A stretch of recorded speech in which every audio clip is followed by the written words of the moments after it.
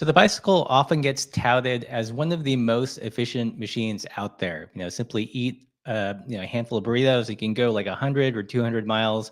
But is that nostalgic idea of the bike as a purely simple human-powered machine over? That's what we're going to talk about on today's Party Pace podcast. Welcome, everybody. I'm Russ, currently in Girona, Spain, and I'm joined by my co-host, Nolan from the channel Bike Sauce. How's it going, the sauce? The sauce, yeah. Doing The well. sauce. Yeah. Took a couple weeks off, but we're back. Yeah. Well, things get crazy during the spring and summer. You're busy, I'm busy. It's all a hot mess.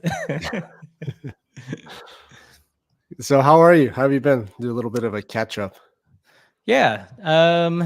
There's been, I know we're going to touch on this a little bit later. Well, let's just get into it now. There's been a little bit of drama in Girona in terms of bikes. Sure. So it's been interesting to see how that develops. Girona is often seen as like a super bikey or biking destination, and there's been a recent backlash against some of like the gentrification supposedly like all this bike tourism is causing. So there's a protest, lots of graffiti, people started vandalizing some businesses, and interesting times to be in Girona. I wonder, I've been watching your videos lately. I wonder if it's a product of I wouldn't say that you're not necessarily causing it, but are you maybe just more attuned to it now that you've been there for a few months and you're just kind of maybe now kind of putting two and two together? Has it always been like that, or is it truly like this like ramp up moment over there? I think it's a very particular moment. When we visited last year, I remember we were playing ping pong at one of the tables, and I saw like an anti bike tourism sticker, and this is what like last October. I didn't really think anything of it, but it's just become it's ramped up like within that time span, and we've heard that from people that live here, and then from some of the businesses. It's just it's bananas. But it is something that like I was gonna do a video like what the bike influencers don't tell you about Girona. I was gonna talk about all this, but some people are just gonna be like, "Aren't you one of them?" Right. Yeah, exactly. But it is something that doesn't get discussed. So yeah. But so you put out a couple of videos, one in particular on essentially how to be a good cycle tourist. Yeah. If everybody who did cycle touring over there followed that advice, which is basically just like be a good person, like don't be like an ignorant outsider, just kind of right. Try and tune into what the locals are doing and what the customs are. If everyone did those things, would everything be okay, or would there still be some kind of backlash and pushback? There'd probably still be some backlash, to be honest. Like, I mean, the underlying thing isn't just the cyclists. It's there are some people that vacation here, whether they're cyclists or not, fall in love with the place and just buy property, and then turn them into vacation rentals, and then or whatever. And it does drive up the prices of rent. So like being a good cyclist might help dissipate some of the anger, but isn't going to address the underlying problem of, there's a few like landowners that are turning up the rent dial. It's kicking out people that have lived here historically. It's the same gentrification story you hear everywhere. Yeah. Sheesh. Yeah. I wonder if yeah, go ahead. Yeah. So there's that. Well, you've also been exploring outside of Girona lately, right? So you've been going to Barcelona a lot, and then what was the other? Valencia. Valencia. That's right. Yeah, Valencia. Damned if I do or damned if I do. If I do it with like the lisp with a th, someone's like, "Oh, that's cringy." But then if I don't do it, it's like, "Oh, you're in Spain. You're supposed to pronounce it Spanish." Right. Whatever. But yeah, we went there. I think Spain's known for paella, but that's you can only really get that well in a very specific location. It's like the Valencian area. Oh, and, really? So we took the train down there to cover an event, but then did a day trip to a town where paella was supposedly born, which is pretty cool. And interestingly, like original like OG paella was it? It was like rabbit and snails Oh, and like vegetables. So interesting. it's not like the big rice plate with like red lobster crap Seafood all over and it. Yeah. clam. Yeah. Oh, interesting. Well, did you have it? I went for the seafood paella. I just didn't feel like rabbit and snails at the moment. It's interesting. Yeah. Yeah, but we did go to That's the cool. town where we were supposedly born. Very Yeah, cool. that's pretty cool. My wife, Uh, when she spent a year in Spain, and oh, paella was like a big thing when she came back, and she had the pan. She got a bunch of paella pans. Went through a big phase. Got decent at kind of making it. Um, yeah, but yeah, I've never had it. From I've never been to Spain, so I've never had OG paella, as you put it. yeah. Well, what's interesting is it's a rice dish, Right. and like there's some protein in it, but it's usually not like loaded. It's not like a loaded pizza, or it's primarily like a rice dish. I Mm, guess similar to how like sushi is supposed to be primarily about the rice, and there just happens to be some fish in or on top of it. yeah. Same thing with paella. Mm, interesting. So you're supposed to grade it on how well they cook the rice, and not so much like, is there a mountain of prawns on top? Right. Right. Interesting. Cool. Yeah. That's not bike related at all. No, no, no. What I was gonna say is it seems like just watching the videos, like you find more people that kind of share your vibe outside of Girona, which is like both Barcelona and Valencia kind of seem like they have a more party pace vibe to them. Is that what you Yeah. find? Yeah, it's definitely the truth. Yeah. Yeah, we got to meet up with a group of folks. I think they're like Be Nice on Valencia on Instagram, and it's a group of people that some were, I think, messengers, some were commuted and just wanted to ride together but not race. Similar to like us, and Oh, yeah. So in these kind of more like densely populated areas, we can find our folks. Like Girona, it's definitely like an outlier of a destination, just because cycling here is so competitive. mm. But Yeah, I wonder. I mean, wonder if you would. You're in Girona for a while, but is this something that you knew before you got there, or did you kind of just recently discover, oh, our people are kind of in these other areas? it's something I suspected and has now been confirmed. But I think we're gonna start. We're gonna start the party pace ride. There's this really awesome like Thai food truck just outside of town, and Oh, we cool. usually do like a 20-mile loop to get to there, and time it so it ends there for lunch. I think Oh, we might start doing that like once a month to try to find our people within town, or have people come in from other cities. So cool. Yeah, that'd be yeah, cool. yeah.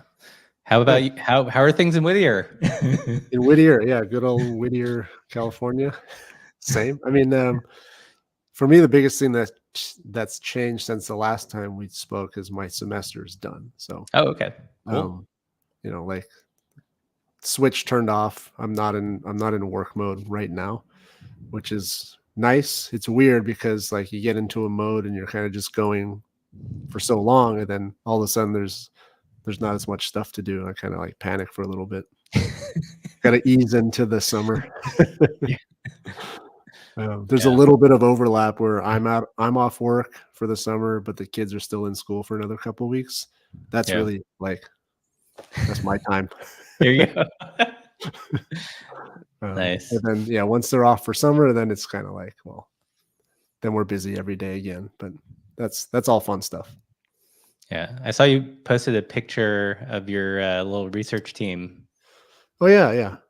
Was that End of just a the fun? year, yeah, we just did an end of the year group ride with some of the folks on the research team.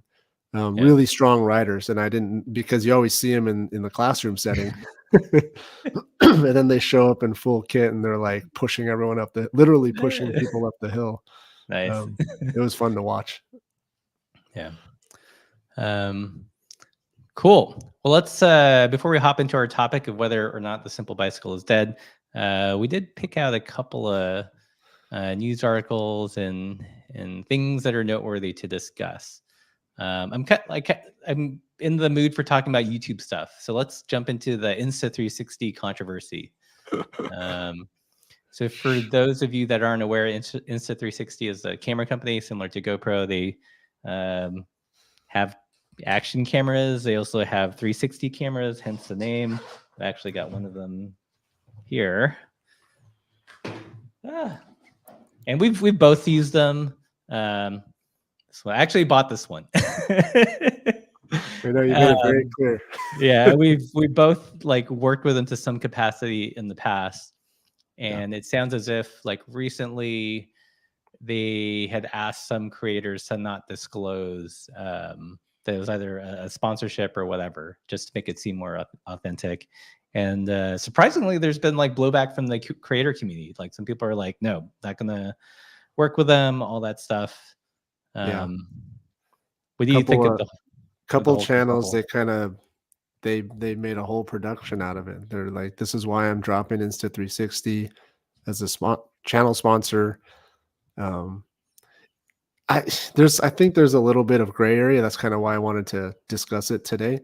But yeah, it was clear in a couple of cases that it did seem like Insta360 would prefer, or it would be okay with them if the creator, didn't disclose that it was a paid sponsorship or some kind of, collaboration like that. And so, yeah, we can dig into that because, I mean, we're right there in the middle of it. Like, companies send you cameras, companies send me cameras, and there's always a debate of, should we do it as a paid video or just like, I'll just review the camera and send it back or, and it's tough because as a creator, like, I mean, your number one asset is kind of like your integrity, right? If people are going to watch you and trust you to make purchases in some cases, then you should be as transparent as possible. So, having said that, Insta360 just sent me the X4. But yeah, I got this big box with like the X4 and like every accessory they make. And what's interesting is that they didn't even send a contract this time. Like in the past with like the X3 and the Go 3 and one of the other with like the Ace Pro, there's like a contract saying like, we'll give you the camera, there's no money going to be exchanged, but you can keep the camera in exchange for like an honest review or something like that. Right. That's pretty much the nature of the deployment. But the X4, I think maybe some restructuring within the company. They reached out. I said, yeah, I'd like to play around with the X4. And then a box just showed up, a couple of weeks later.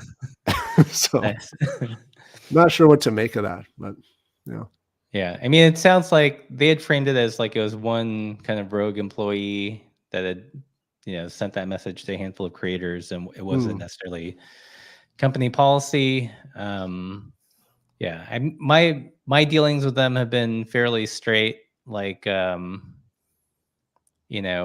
usually they'll say, hey, can you talk about this? And oftentimes I'm like, that's not really how I do reviews. So I'm going to talk about it like this. Like I'm not going to talk about, features that I'm not going to use and don't care about, Right. So I was just like, okay, it's going to be battery life, stabilize, like the things I actually care about. And they've been okay with that. That said, I actually bought the X4 just because I reviewed the X3. It was a unit that they sent, and actually found myself using it a lot on the channel. And I wanted, I thought it was great, except for when you do slow motion, the picture quality really degraded, and they addressed that in the X4. And I was like, okay, I know the X3 is good, and the X4 is, it'd be nice if I got for free to review, but also I want to use it and not have any strings attached this time. So I just bought it. I was right there with you. I was on the verge of pushing. I had it in my cart. I was just going to buy it. Yeah. And right around that time, they reached out. So I said, all right, I'll take it for free. But it is one of those things. It's like free, but there's a cost, Yes. and that's like time, like, like, because you're gonna have to ride and film, and that's gonna be like a couple hours, and you have to edit and script, and then there's like the video, and that takes up a slot in your schedule. So it's like free in terms of, you're not charging them for like the review, but you do pay in other ways. Yeah. And for me, like, I've come to the point where I always ask, is the juice worth the squeeze? It's Sure. like, yeah, I could probably get it for free, but then there's all this commitment. If I can buy it, I'll just buy it. That's I wish I could do that with everything. Clearly with bikes, but that's we don't have Seth bike hack money, so. I thought it was GCN money. Oh, GCN's broke, man. It's all about Seth now. Oh. He's the new baller. I mean, you're getting up like it feels like you just did like the 100K celebration, and now you're about to hit, I mean, you're close to 200. And how has that like trajectory been? Because doesn't feel linear, right? Like the first 100 took way longer than the second 100 seems to be taking. Yeah, the first 100 took a while, and then the last 25,000 to get to 200,000 is really slow for me. Like, actually, like, I'm picking up fewer subscribers per month. I mean, part of that is like I'm making fewer videos just because I want life. Yeah. So I've kind of trying to prioritize the life-work balance. But also, like, I've found that's the case with other creators I've watched. Like, they'll sprint to the 100K, and then something happens mentally or in their schedule. It can go either two ways. They just go like, balls to the wall to like 1 million, or they like take it easy because when you hit that point, it's like, oh, like that. Yes, it's a nice number to see, but nothing's really changed, and I'm still grinding. And it's such a transitory feeling of success. Yeah, it's just a number, right? Just get an extra zero. Yeah. I mean, but you wouldn't say that you, I don't know, would you say that you sprinted to 100? Yeah, I think it's like a 7-year sprint.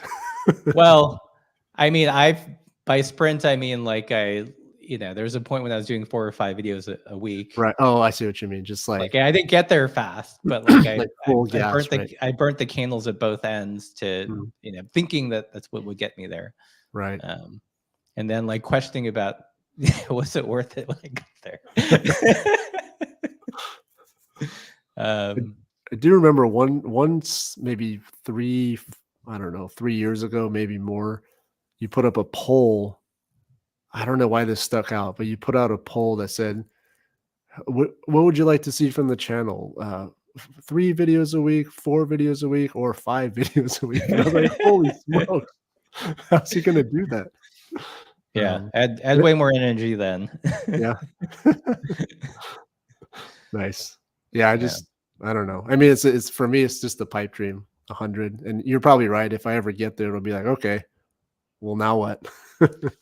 Yeah, I mean, I think I think you'll get there. It's just it's a war of attrition. Like, anyone that grinds long enough will get there. But then it's like when you do get there, it's like, okay, like what really changed? I mean, the plaque's kind of cool. I might bring it. It's in storage facility in Montana. I might bring it back next time we visit. Oh, you didn't bring the plaque? Wow, that kind of says a lot for you. Well, I had to bring up. Yeah, we had to move so much other stuff over here. But I don't know. It's interesting. Well, anyways, yeah. I was gonna say, go ahead. I was gonna try to tie it back into bikes. Oh yeah, do it.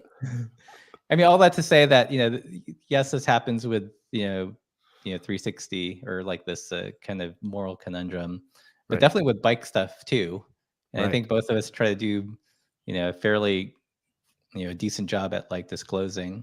Yeah. I once, in one previous video, and shoot, now I'm forgetting which one it was, but there was a commenter just, it felt like they came out of the woodwork saying, hey, this is illegal. The NT, whatever the organization is, would say that you have to disclose everything, be completely transparent.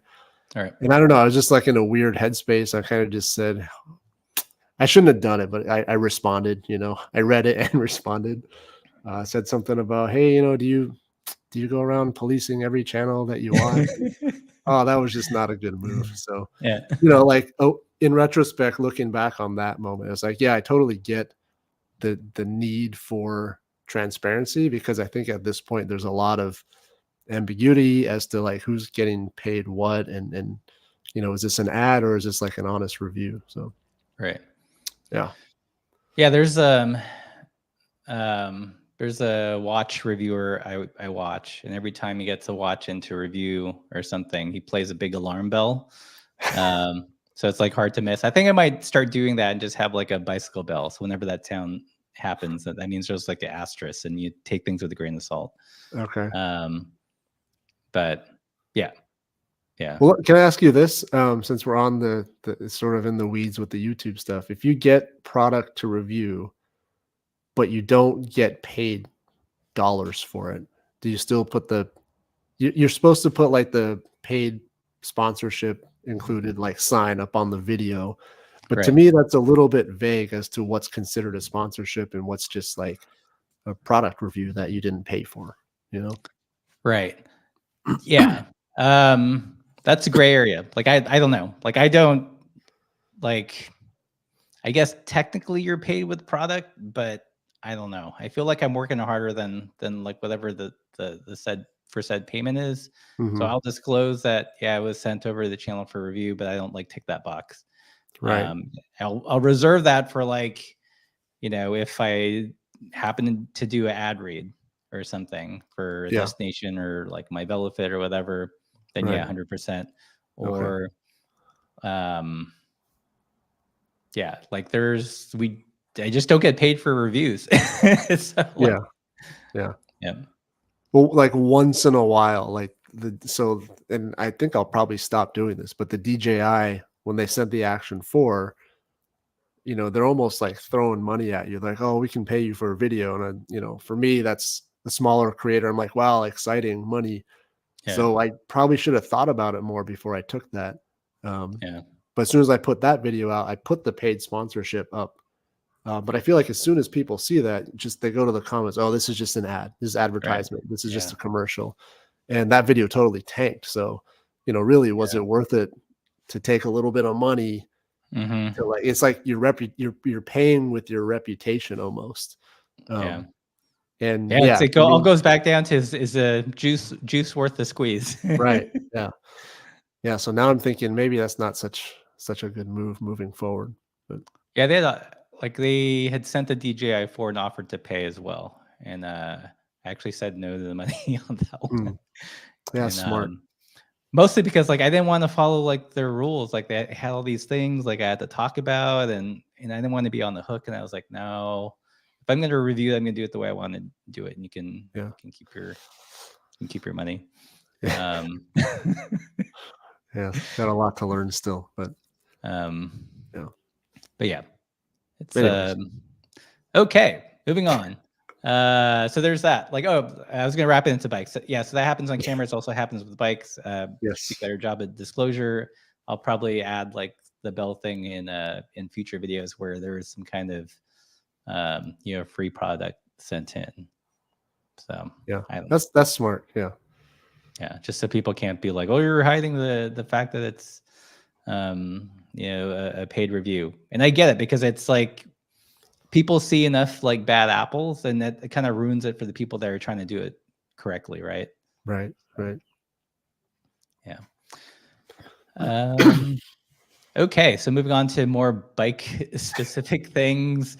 I think there's an article in Bike Rumor about Shimano's next patents, 13 speed, Di2 clearly. And that got me thinking on this path that like, this is like what our dystopian future is going to look like. Every 2 or 3 years, someone's going to add like another speed. It's going to be completely wireless. and everything's like all the, you know, Campy, if they're still around, you know, Shimano and SRAM, it's going to be this endless arms race. And, Right. you know, what a boring ass future. Well, yeah, actually, funny you said that because, like, just this morning, you know, I opened up Instagram and it's plastered with the new 2x12 Di2. Right, so Mhm, GRX just GRX. like officially has her 825 now, which is cool, I guess. I mean, it's 12 speed with the front derailleur, so it's 2x12, but Yeah. like gravel specific, I suppose. And I just, you know, I looked at it, I just wasn't excited about it. It was like nothing about it really.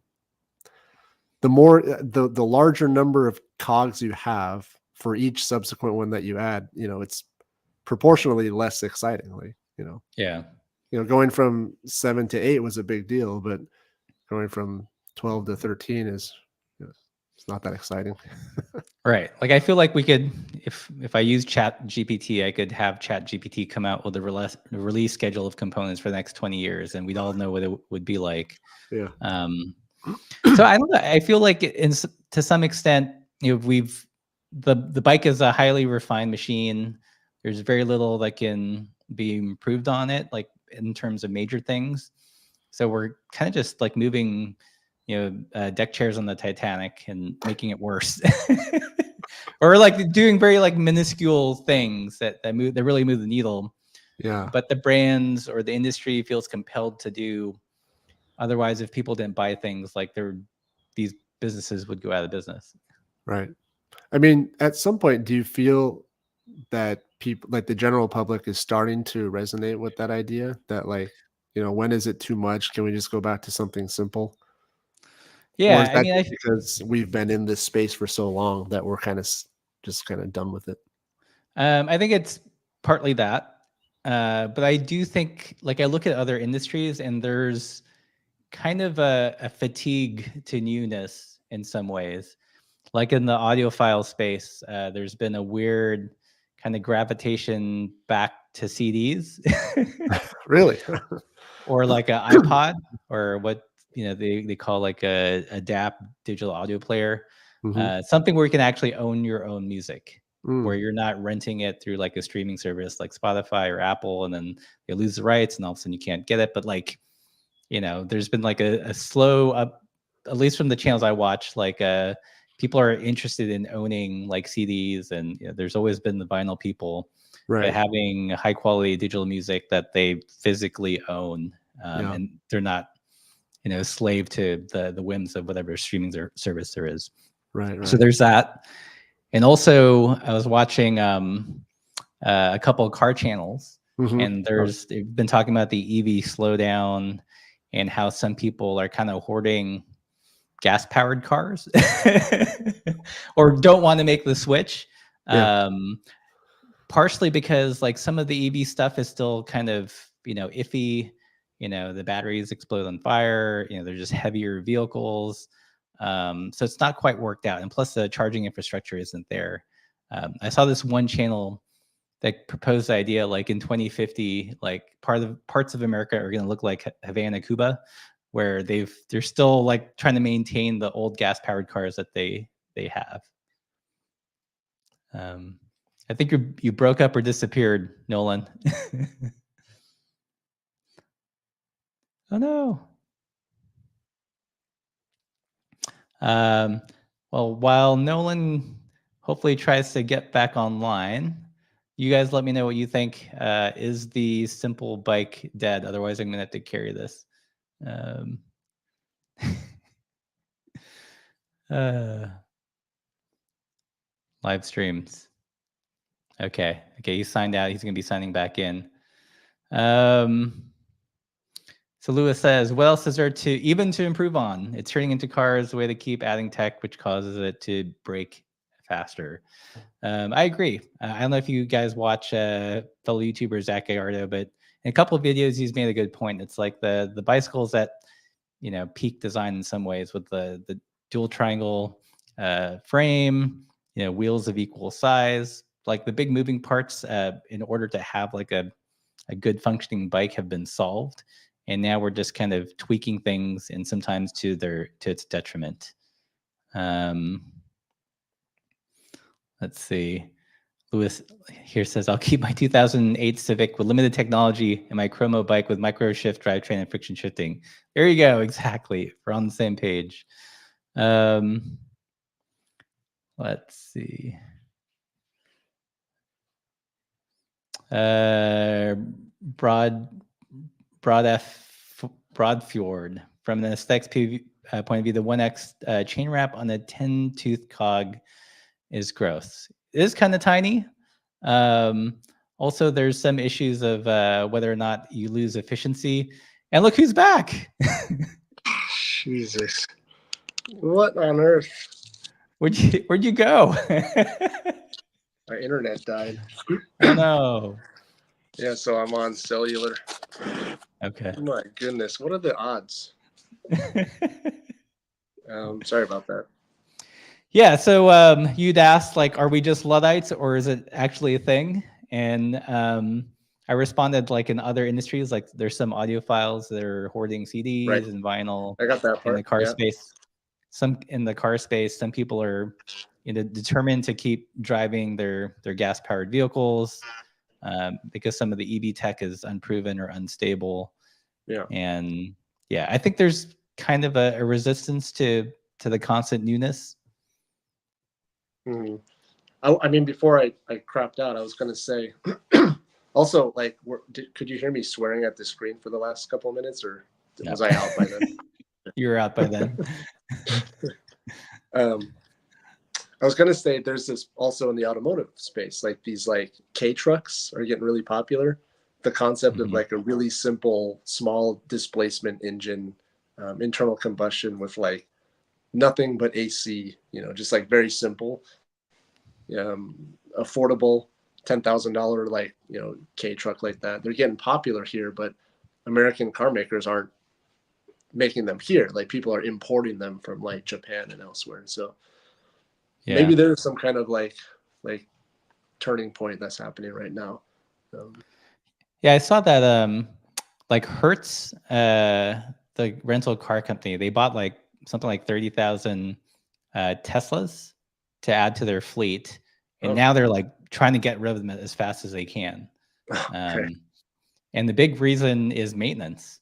Like it costs way more money to fix something on a Tesla specifically, maybe like a EV more generally than like a gas powered vehicle. Yeah. And that's kind of like that. I thought that was like a pretty good parallel to bikes. You break your electronic derailleur, and if it's something to do not with the mechanical bits, but like the logic inside, then there's no fixing that. You got to get a brand new one. Yeah. Right. Yeah, I don't know. I mean, at some point too, there's just not enough space on the free hub body for like another cog. So, like, what happens after 13 speed? My guess is they might add another chainring. There you go. Well, then that's when people are going to really push for the classified system and say, oh, that's the bee's knees. I saw that someone in the Giro won the time trial using the classified hub. Oh yeah. So that's going to be, I'm sure there's going to be endless like barrage of the front derailleurs dead videos from everybody. I mean, when the classified stuff came out, honestly, I was kind of excited about it because it's cool tech, and I got swept up in like wow, you can kind of get 2x in a 1x setup. But then, looking at it deeper, like I think Peak Torque did a cool video where he kind of tore it apart and looked at the internals. It's extremely complicated. If any like one bit goes wrong inside that hub, well, you either can't ride or you're back to just a 1x setup. I'm not sure which would happen first, but just additional points of failure are generally not, from an engineering standpoint, not good. You want to keep it simple. I think looking at how things in the bike industry seem to be going, so the high-end performance bikes are going to become more integrated, Tesla-fied, and we'll have like the super cheap kind of department store bikes, which is fine. But that interesting middle ground that I like to play in is going to disappear, or it's going to be very rare. Some like purely mechanical but nice commuter bike. Those are going to be replaced with electric scooters or e-bikes. The people that would have ridden those bikes, why would you even get that when you can get like a electric scooter for like $200 or something? So. Interesting. Well, I don't know if I buy that. So I feel like people who are cyclists but who can't go for the top end stuff will still want that middle range 105 and below stuff, right? Yeah. I'm not sure. How about like when you said Tesla-fication, I kind of was thinking more about e-bikes, right? Like they've got e-gravel bikes and e-mountain bikes now that are like, it used to be you have a fully acoustic bike or you have like this massive e-mountain bike, but now there's like companies are filling in the gaps. You've got like e-bike light, or you've got just like a little bit of e-assist, but it otherwise looks like an acoustic bike. Yeah. I think that's a interesting space. Again, I don't know. When I get old enough, I'll be into those bikes, but at the moment, right. I just feel like there's so many things that are removing us from the experience. Like, like too many layers of technology that's removing us from the experience of biking, right. or just like maintaining a bike. The fact that bikes are becoming so complicated that you have to go into a shop, or you have to order a proprietary seat post or stem just to alter something. It's bananas. Yeah. Right. Well, I mean, I feel like there's enough of like you and me out there still. But what's strange is that the industry is not, they don't see this like whole middle ground. They really just see like the pointy end, and that's kind of what all the products are catered toward. So yeah, I'm wondering if like the current economic state and its potential like slip slide down further will make people feel the pinch. Like, why, it could, maybe, when times are good, yeah, for sure, throw down on the electronic group set, derailleur brakes, no problem. I'm probably gonna get a raise next year. But as the money gets tighter and the discretionary spending, decreases, people are going to make different choices about, do I need like the latest and greatest, like lightweight thing when like the stuff I already have, still works great. Yeah. Right. I mean, if you just scroll through the comments on your videos and even on mine, like I feel like there's a strong push toward like longevity over like the newest shiny thing. And that, like, I think it's really on the bike manufacturers to find a way to move back to that and cater to that audience rather than just pushing everything forward for the sake of pushing it forward. Right? There's really, I mean, honestly, it's hard to say because you can't predict the future. But I really don't see what else could make, like what other tech is going to make the ride experience better rather than worse. So. Yeah, I do find it interesting that it seems like recently in the last couple months, like GCN's been doing more like budget / retro oriented videos. Like $500 new bike versus $500 old bike, or this bike from 2024 as opposed to 2014. And they've been fairly gracious to the older tech. I feel like their viewers are probably feeling the squeeze and getting a little salty about all the super expensive stuff that they sometimes feature. Right.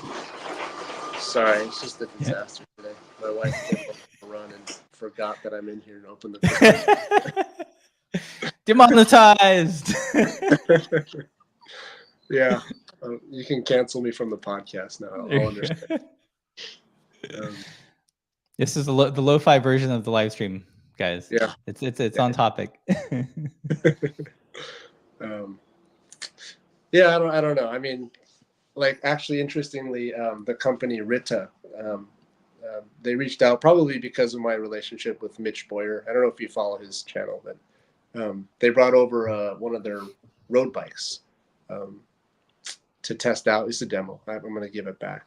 But this bike, you know, it's everything is just like race, you know, oriented. It's full carbon everything, carbon wheels, electronic, you know, 2x12 105. Mm-hmm. And it looks really nice, and it's gonna be fun to ride. Like I know it. What I kind of wish is if I could have this bike, like like a copy of this bike with a completely mechanical group set, right? Just to kind of test the difference between the two, because that's something that I actually haven't done, like some kind of direct comparison between mechanical and electronic. But honestly, like when I rode the 105 Di2 stuff on the Polygon road bike, it's nice. Like it is very nice.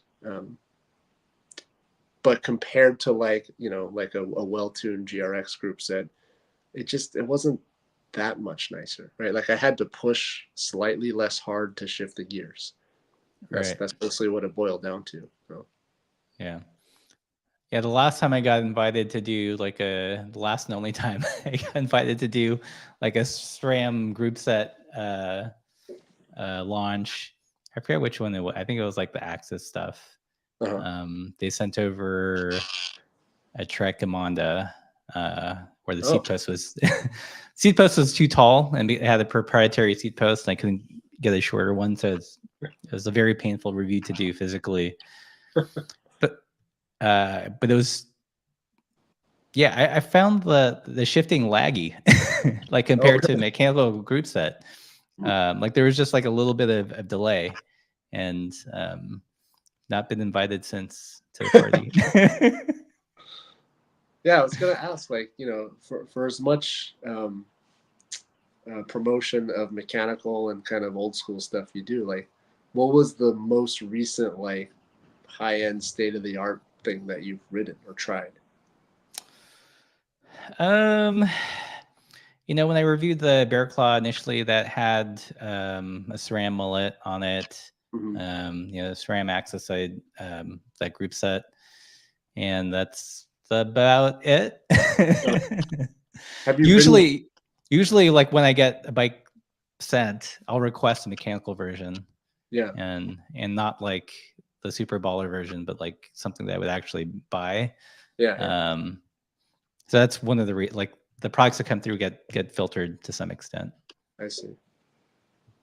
So then I feel like I want to ask, have you tried Di2? I've not tried Di2 actually. That's one I haven't. Oh, okay. I've just tried the SRAM's SRAM stuff. Yeah. And I tried the Campy e-car. Oh, okay. Yeah, I have to say the SRAM, I mean, it's just personal preference, but I don't like the SRAM levers, like the shifters. I feel like they're designed for people with gigantic hands or something.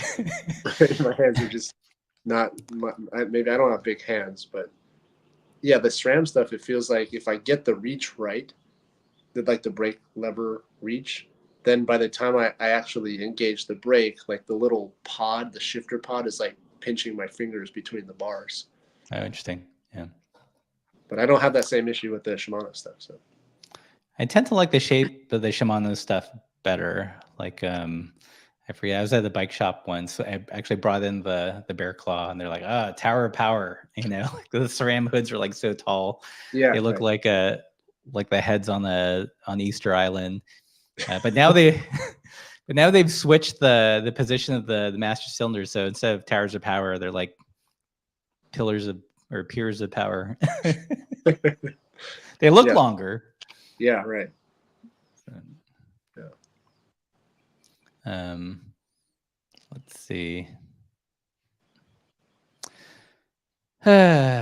But what do you guys, let's see, we got 160 people in the chat. What do you guys think about bikes? Are they getting too complicated? Do you harken back to the days of more simple bikes? So I get accused of being a Luddite, which I don't think is fair, because I don't like use old stuff just for the sake of old, cosplaying Sheldon Brown. Like it's Right. I'll use new stuff when it makes sense or when I think it works better.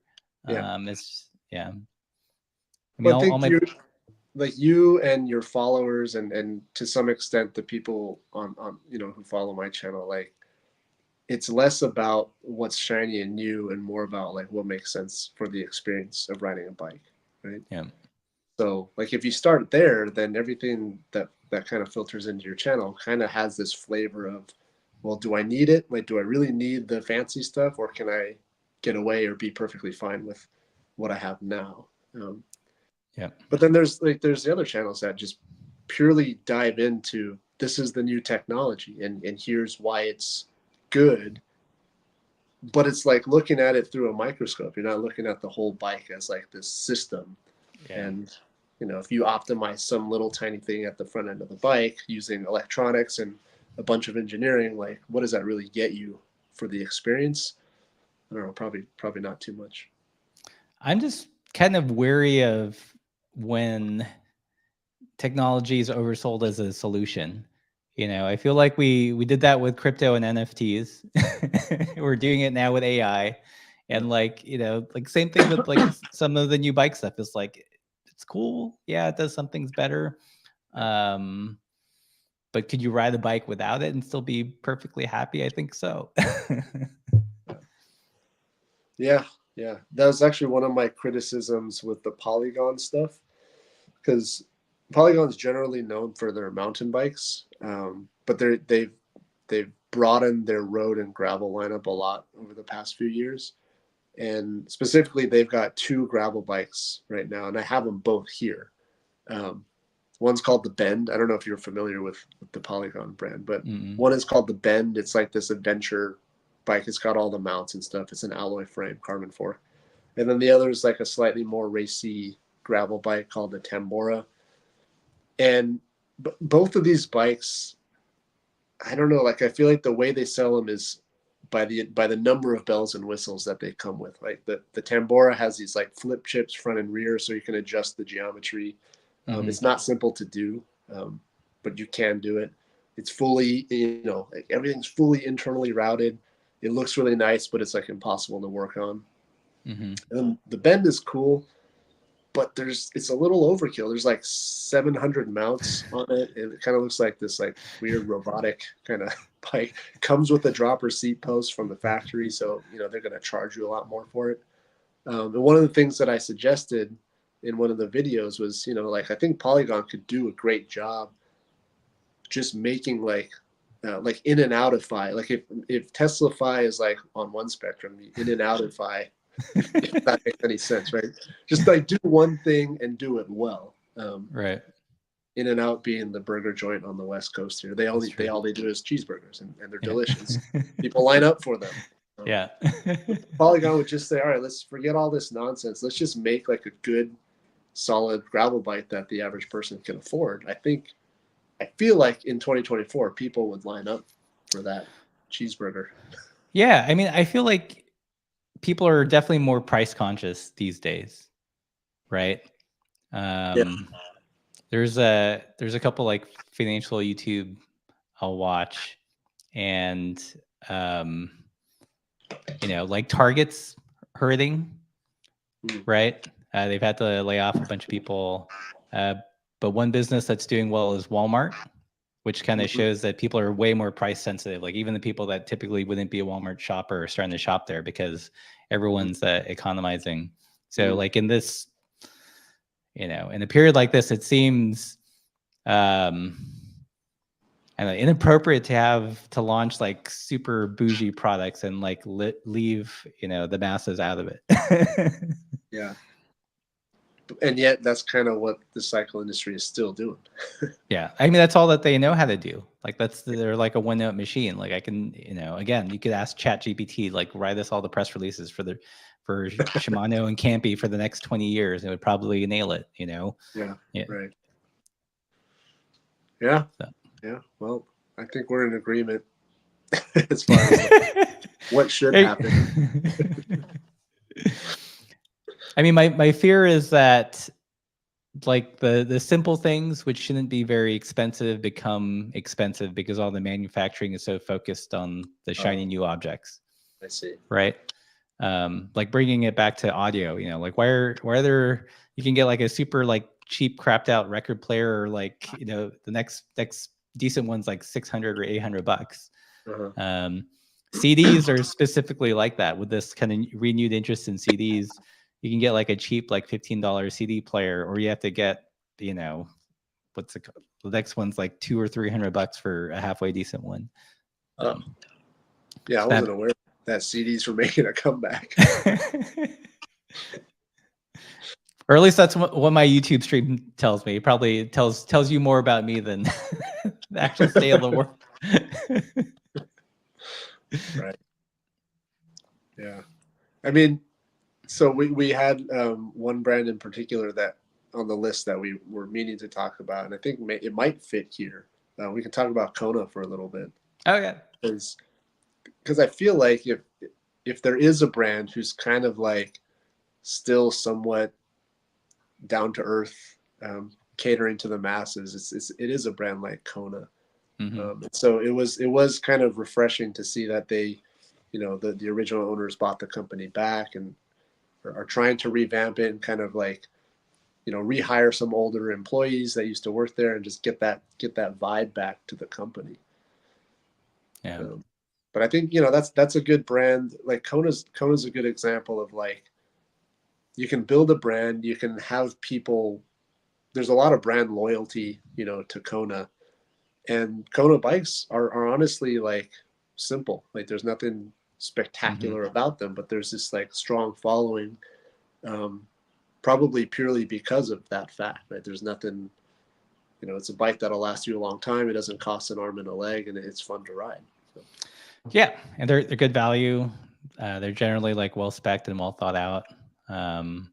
Like I recommended like the Kona Rove like a ton on the channel just because it was a great platform if you wanted an all rounder. It hit all the notes, and it came in, you know, nicer builds, but even like I don't think it ever got above like 3K for even the nicest build, and you can get them like around 1,000 for the lower end ones. So yeah. So good news. I think that's good news. Like. That it just feels nice that the original owners have their company back, you know. Yeah, I feel like that's the moral there is don't let a like investment holding company buy your company in the first place. Right, because they'll run it into the ground. We could say the same. I mean, it's correct me if I'm wrong, but did this similar thing happen with Radavist, right? Yeah, I don't know about the particulars about that. Be super curious, but I do feel like maybe, you know, Pros Closet purchased the Radavist when it was flush with cash and things were looking good. Yeah. And then once things were not looking good, they were trying to offload assets, and it was like, we're either going to kill it or you can buy it back. Right. So I'd be interested to see if either the original owners of Kona or Radavist made money somehow. Right? They sold it and then bought it back for cheap. That'd be nice. That'd be a nice story. Yeah. Yeah, I hope. What kind of sucks? Oh, go ahead. Oh, you're saying? I was gonna say what kind of sucks is just as all this like kind of coverage of Kona, you know, returning to the original owners. I'm in the process of swapping out the Kona Hanzo frame for the new house frame, so I feel a little bad there. You know, I'm gonna kind of like I already know the new house feels like a lot nicer than the Kona, so right. I'll have to. I don't know. That'll probably influence that video to some extent, but yeah, it's gonna happen. Like I have to try the new house. I've been excited for that for a long time. Yeah, but I'm gonna keep the Kona Hanzo frame because I like it. Yeah. Yeah, I can't wait to see how you spin that in the video. It's like,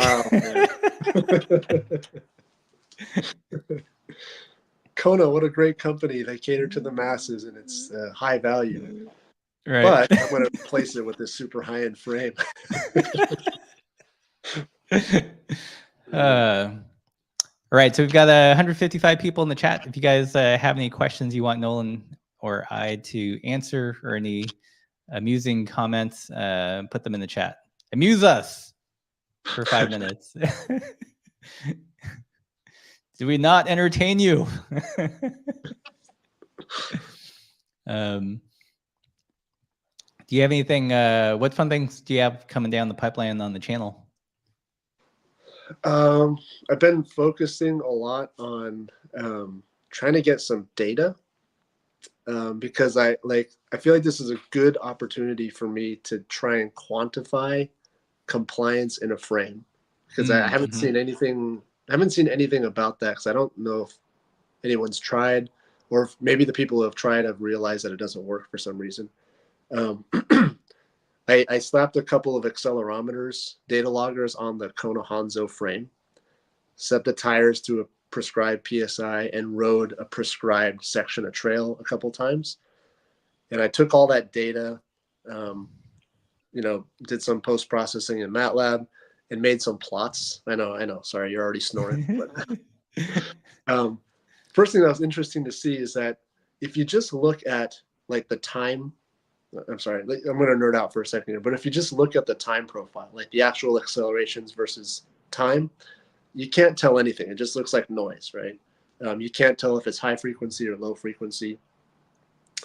But if you look at these same signals in what's called the frequency domain, you can tell where in the frequency spectrum the most energy or power is in the vibrations. So I was always curious when all these companies are saying, oh, our product will damp out, quote, high frequency road vibrations. What does that mean? Like, what is high frequency is specifically? Like, 1,000 hertz, 500 hertz, 100 hertz.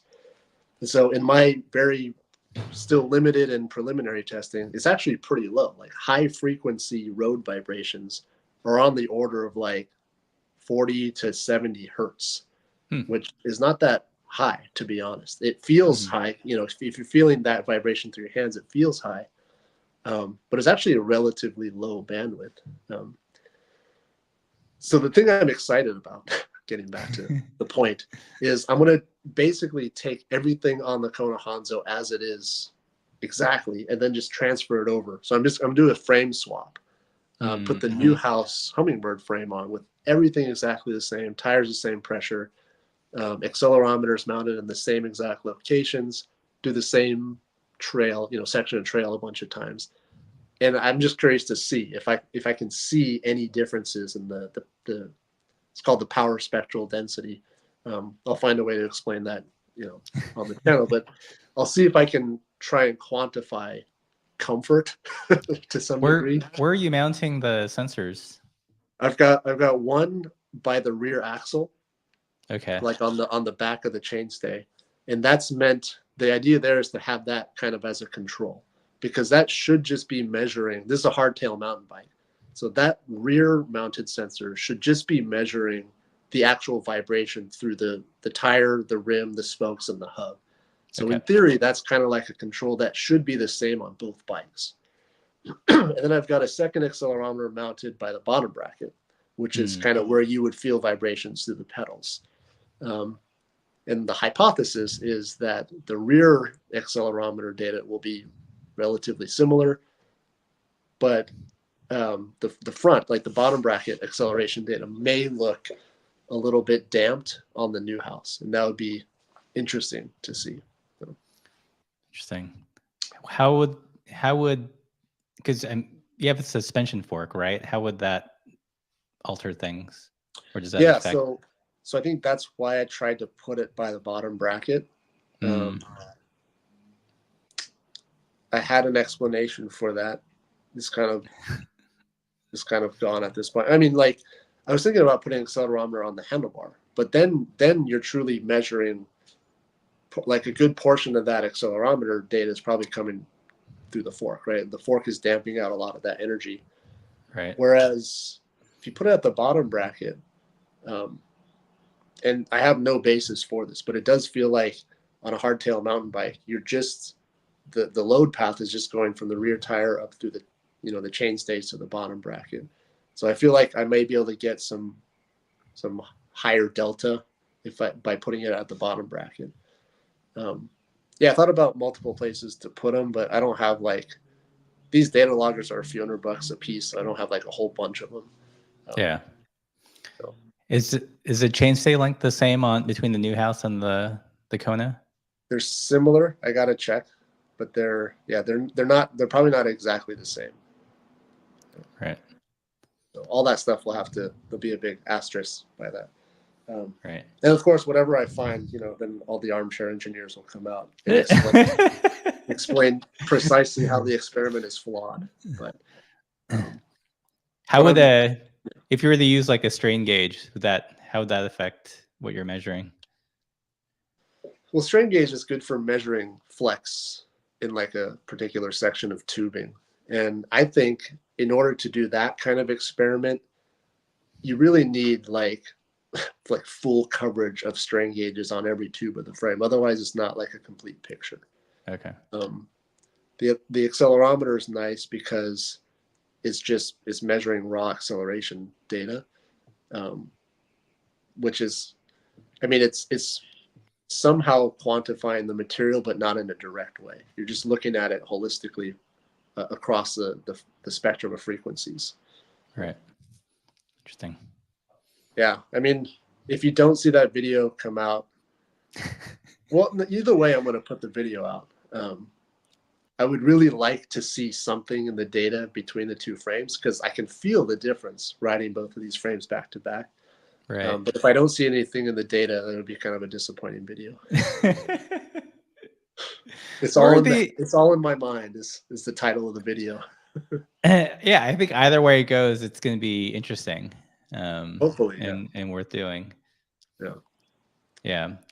We did a live stream or a podcast with Adam, and that's one thing he had mentioned, like the factories that are manufacturing his frames, and lots of other steel frames. They have machines that, they'll do testing for mountain bike standards, but no one's really testing for things like compliance and like, what does that even mean? Like, can you build a machine to test for comfort? Yeah, it seems like a wide open space that no one's really tackled head on. Yeah.